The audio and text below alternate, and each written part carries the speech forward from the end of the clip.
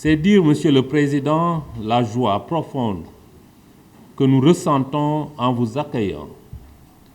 et que votre présence ici au Sénégal traduit une fois de plus votre attachement fidèle à ces liens puissants, sous-tendus par des valeurs fortes de paix, de liberté, de démocratie et d'humanisme dans un État de droit. D'ailleurs, c'est dans cet esprit que je voudrais à nouveau me réjouir de la qualité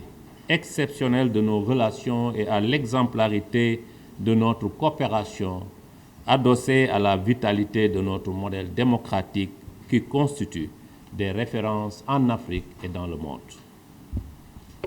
Le dynamisme de nos deux parlements dans la consolidation du jeu démocratique,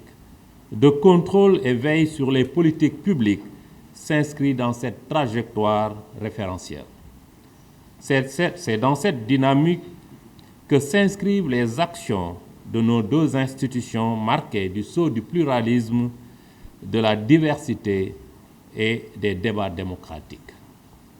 Du reste, les différents groupes parlementaires sont représentés à des niveaux élevés dans le bureau de l'Assemblée nationale et au sein des commissions techniques. Je puis vous dire, Monsieur le Président, chers collègues, que c'est dans cet ancrage partagé aux vertus de la démocratie que le Sénégal a vécu une nouvelle alternance le 24 mars 2024, dans la pure tradition d'élections libres, justes et transparentes. C'est également dans le même esprit que l'Assemblée nationale continue de poser sa pierre institutionnelle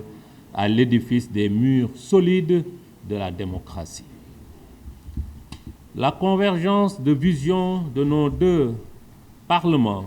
en faveur de la coopération interparlementaire, tant à l'échelle régionale, continentale et internationale, se nourrit de ces valeurs en partage.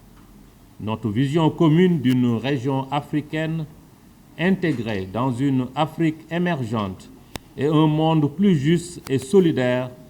s'abreuve à n'en point douter de cette source féconde de l'amitié, du bon voisinage et du brassage entre nos deux pays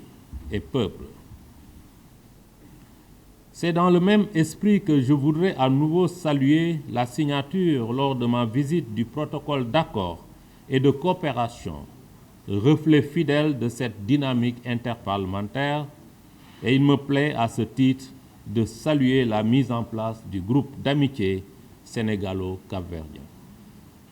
En raison de sa diversité politique et des compétences qui le composent, je suis convaincu que cela contribuera sans nul doute à l'intensification des visites de travail régulières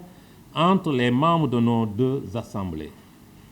C'est l'occasion pour me réjouir de notre convergence de vues au sein des enceintes parlementaires régionales et internationales que nous devons, du reste, consolider chaque jour davantage pour la réalisation de nos objectifs communs.